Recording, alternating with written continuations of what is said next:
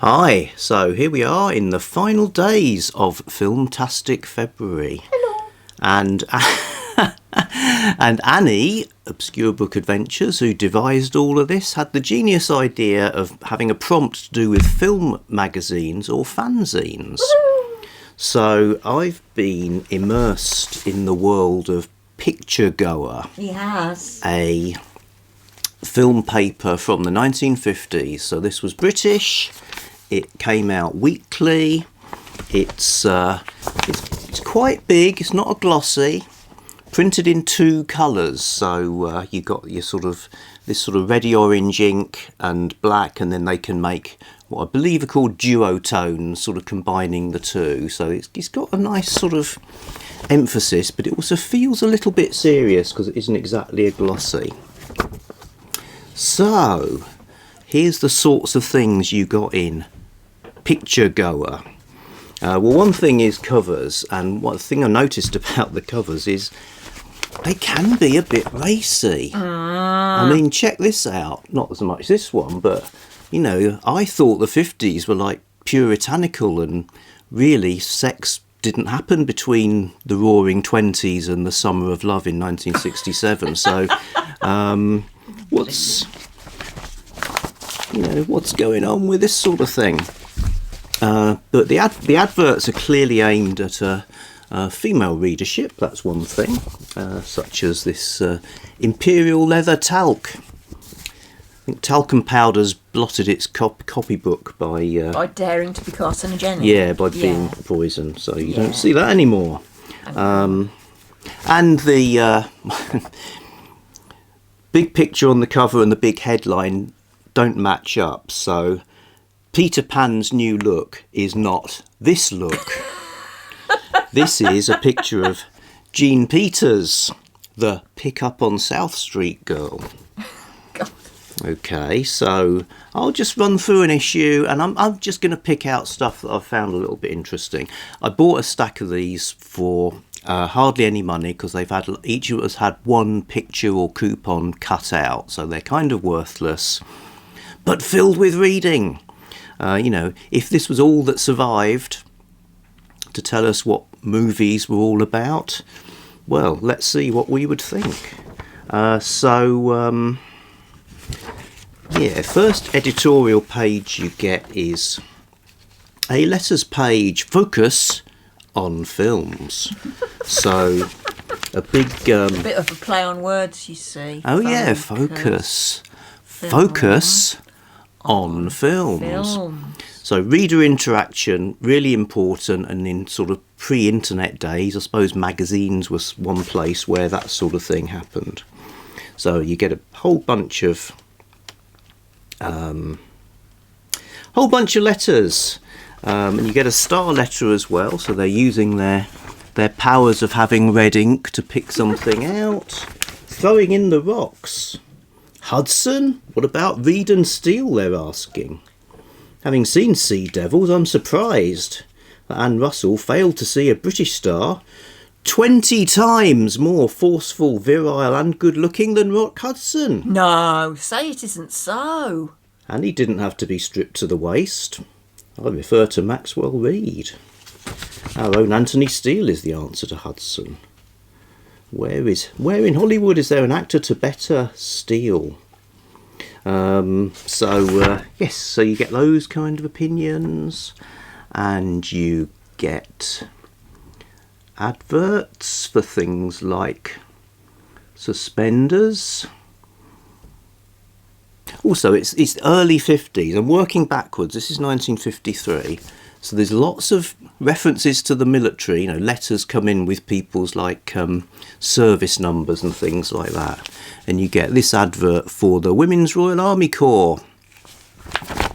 A new uniform and a new independent life. Because being in the military is all about being independent. The WRAC needs you. Will give you much in return. Not only a new attractive uniform, but a job among friends wherever you are.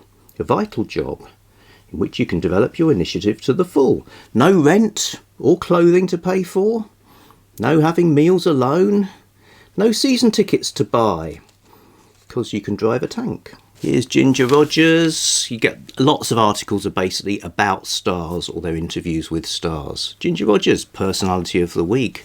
Why be your age, Ginger? She's one of the few good old troopers with glamour.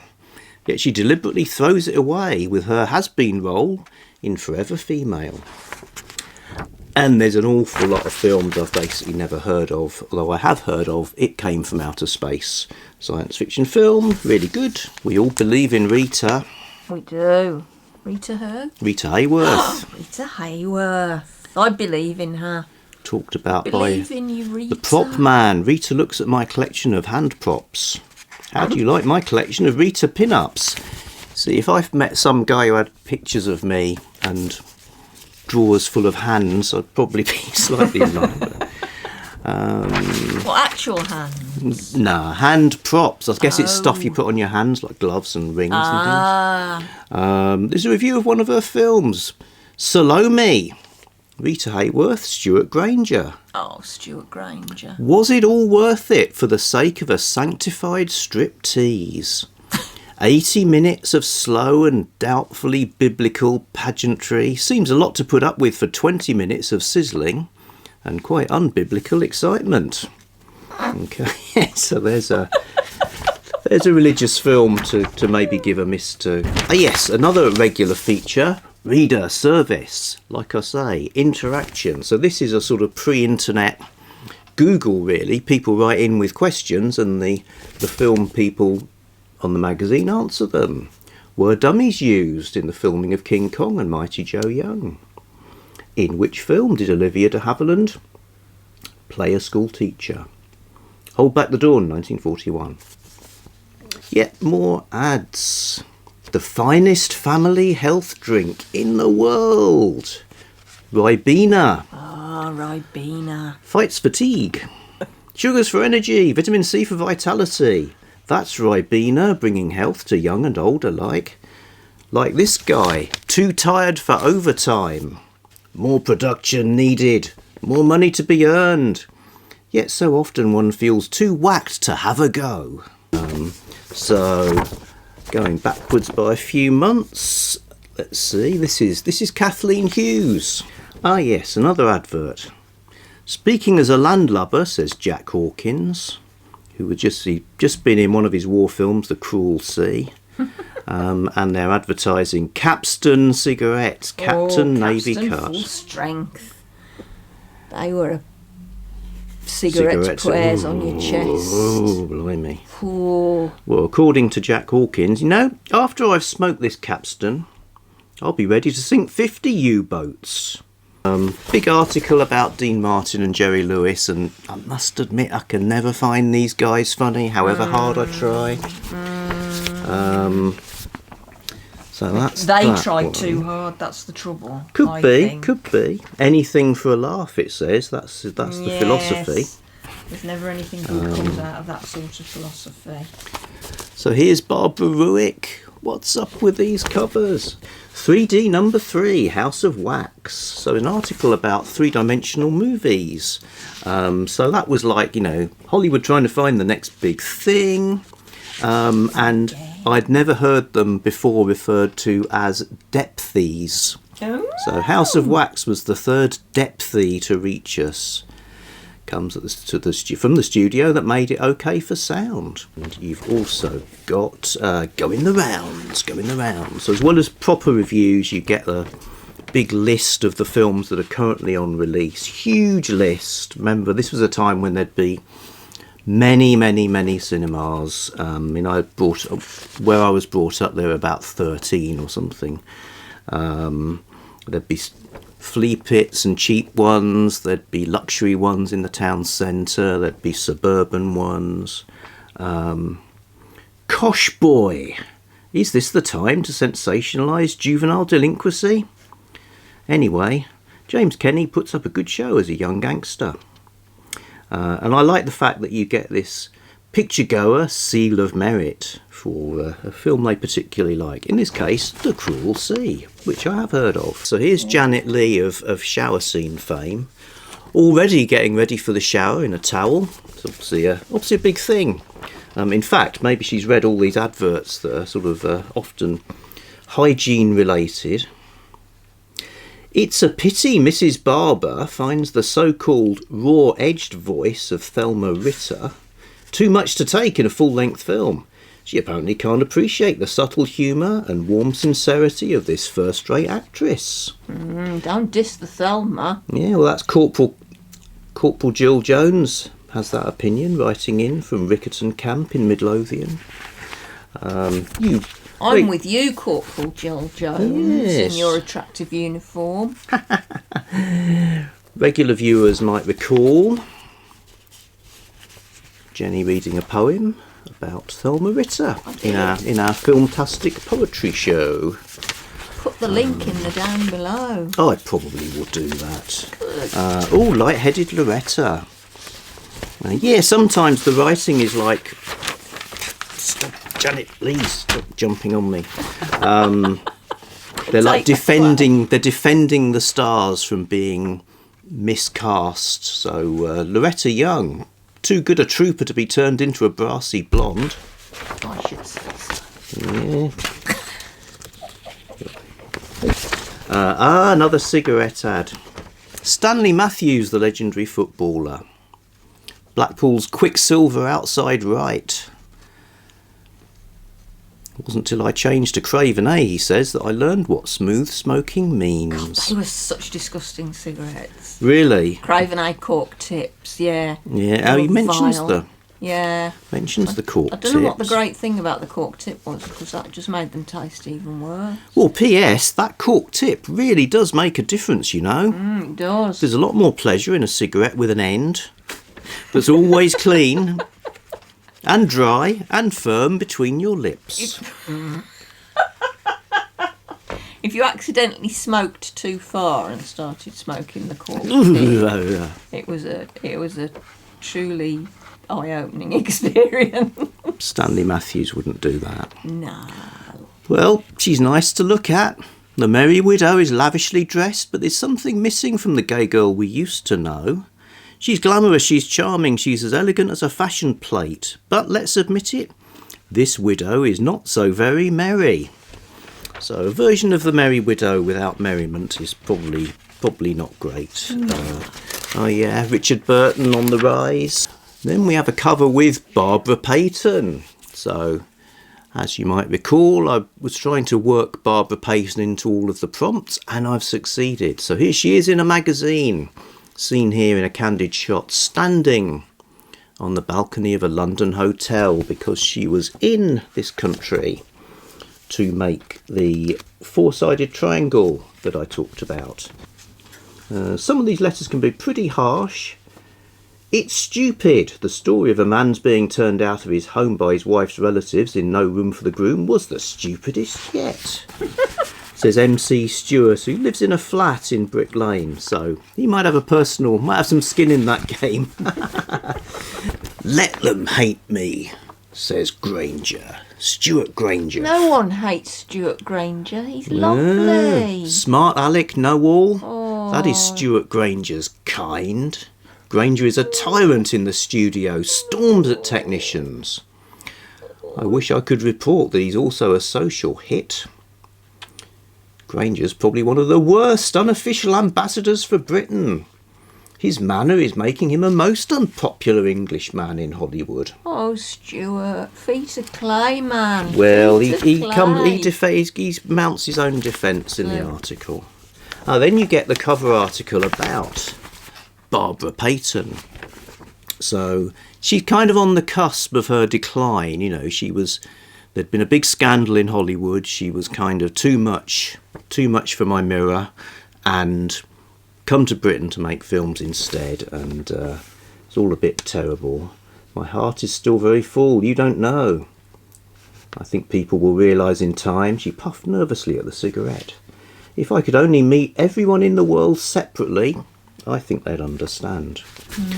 And then you get some pictures too, taken on set, including Barbara Payton demonstrating that she would be a good casting choice for Harley Quinn, and a particularly good casting choice for a gender-swapped The Joker in a Batman film.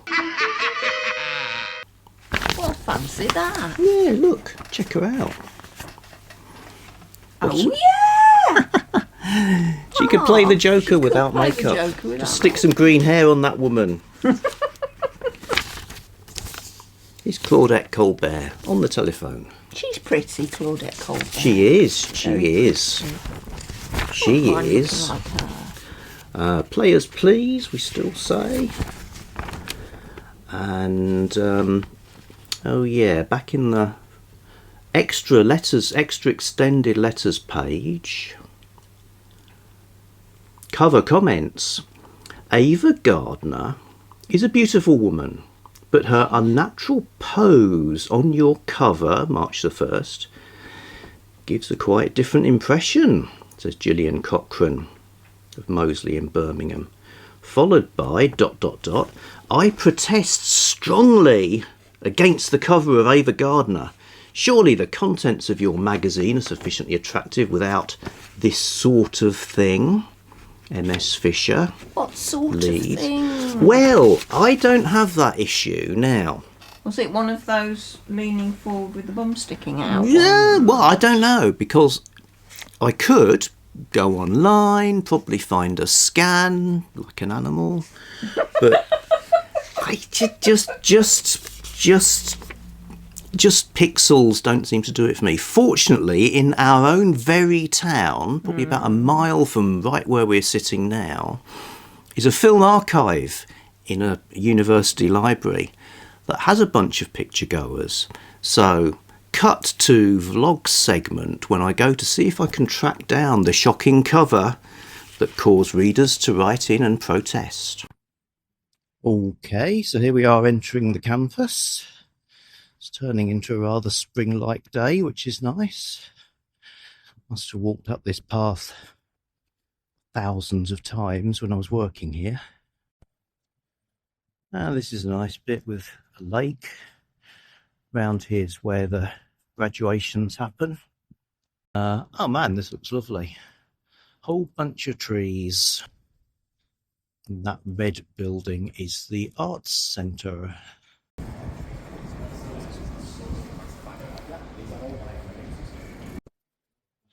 Okay, the objective, the Edgehill Archive, which may or may not contain what we're looking for. Okay, well here it is. I haven't looked at the front yet, so actually I've seen this film, The Card, starring Alec Guinness. Still, let's do what we came for. Oh my god. Right, yes, I think I can see what they're getting at. I mean, that's a lot of back, but it's the pose, isn't it? There's a lot going on there. You know, it's all. Is it submissive? Is it the other thing? Is it a femme fatale type image? Is it all of these? And we're back with an advert break. Society Close Up. A lovely Londoner, the Lady Penelope Forbes. A countrywoman who, since her marriage, has lived in the heart of London. The Lady Penelope Forbes never allows the city air with its burden of dust, fog and soot to dull her country fair complexion. She has a beauty secret that's well worth knowing. See what she says. Is it a Hinchton's hay fever helmet? Yes. Every night without fail, I smooth lovely silky white Pond's cold cream all over my face and throat, swirling it in tiny circles with my fingertips. I remove the cream gently, and with it come the stale makeup and dirt of the day. Then I rinse with more Pond's cold cream for extra cleansing, extra softening. This special care makes all the difference. It takes only a few minutes. It keeps my complexion it keeps my complexion clear and smooth. So there you go. She's pictured off to a film premiere. Of course. Note to MGM, as you hold the movie rights of John Gunther's Death Be Not Proud, I suggest you film it immediately. That's telling them. Goodwill for Pet. in their sort of roundup of short snippets. Goodwill for Pets. So is this about Lassie, Rin Tin Tin? No. It's about somebody they seem to write about in every single issue. I'm talking, of course, of Petula Clark. Oh, Petula Clark. Who at the time was, I think that's probably her, is it? She only about 12. Well, She was a child star. yeah, she was. So at the time, she was probably a teenage child star. This before she went on to be an international recording star, singer of the classic Downtown. Like the rest of the country, this column is prepared to ooze goodwill for young Pet Clark. But isn't she overdoing it? She's been filming in the cards, doing personal appearances and radio shows, starting a television series right on top of it all. Her recent stint for the BBC showed her looking really tired after a long drive across town from the film studios.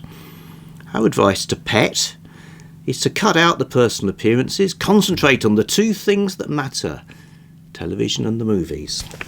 It's very Judgy McJudgington, isn't it? Oh God, yeah.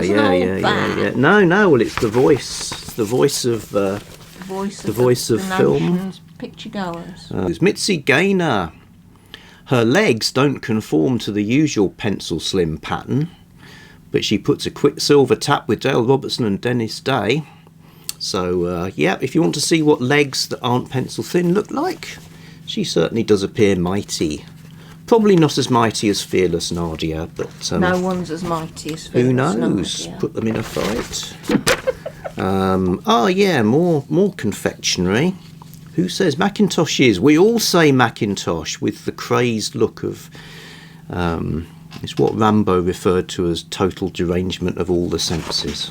And the reviews themselves can certainly damn with faint praise. For instance... Or just damn with damnation. So this is a review in April 1952 of a Japanese film called Rashomon. Classic. This Japanese film, it won the grand prize at last year's Venice Film Festival, is a gloomy, sordid affair. Frankly, I found it of academic interest only. The period is 1,200 years ago, when Japan was torn by civil war and suffered from famine. At the time, apparently, human life was of little value. It's a film in which 4 people give their versions of a murder. All are sordid. No one knows which of the 4 stories is true. The whole business is repetitious, and the acting is definitely stylised. The woman spends a lot of time in hysterics. She's no wonder at the circumstances. Yeah. The curious ending, get this, is the finding by the 3 men of a baby in the tent. Oh. Camera work is imaginative and gains by its simplicity of setting. Even so, I was not impressed. Maybe my brow is not high enough. I think it's going to be sordid. That's what I'm taking away from their view on that film. That's it, is it? Oh, it's Cary Grant flipping a... The baby in the temple. Yeah. It sounds... Yeah, maybe we should watch it. So make up our own minds. 20 minutes where they find the baby in the temple. All are sordid. Well, continue. That was our rampage through Picturegoer. I think my final sort of thought on this is just how ephemeral everything is. I mean, partly because lots of people aren't with us anymore, but also partly because it was kind of newsy and kind of capturing things as they happened. You know, this Barbara Payton cover. It actually says there's one thing you get in the back is details of the photos. So we know, taken by Russell Westwood using a Rolleiflex camera, speed 1/250th of a second. So that 2/50th of a second, it could never happen again. Those cars in London will never be in that position again. Barbara's permanent wave proved to be impermanent. So everything moves on, but it's been a heap of fun. It has. And I think 50s was an age, perhaps even a golden age of movies. So, yeah, well, that's us. Back soon with something else. Dr. Jennie's got to go and smooth cold cream over her face and then take it off again. No, I'm opting for the Hincherton's hay fever helmet.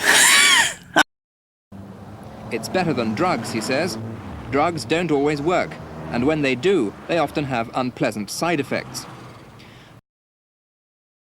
Well, this dates it. One enterprising cinema in Scarborough has started to hold non-smoking matinees twice weekly. Other managers would do well to give this scheme a trial, says John D. Clark from Hull. Next letter. I had a practically new pair of nylon stockings ruined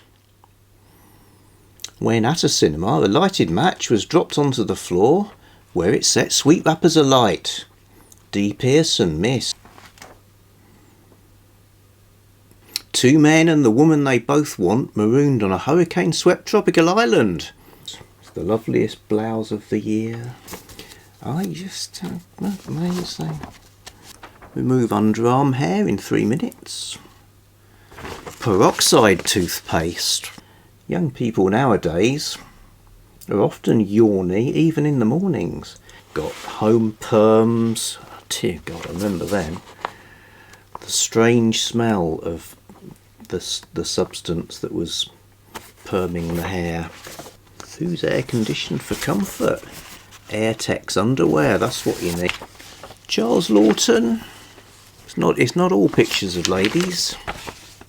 Who said women have a rotten time? It's because you get things like this in that advert. Only the other day, our nurse at The Works was telling me just how and why Anodin is so good. For stockings, the idea you have some stockings for work and you have a different calibre of stockings for the evening.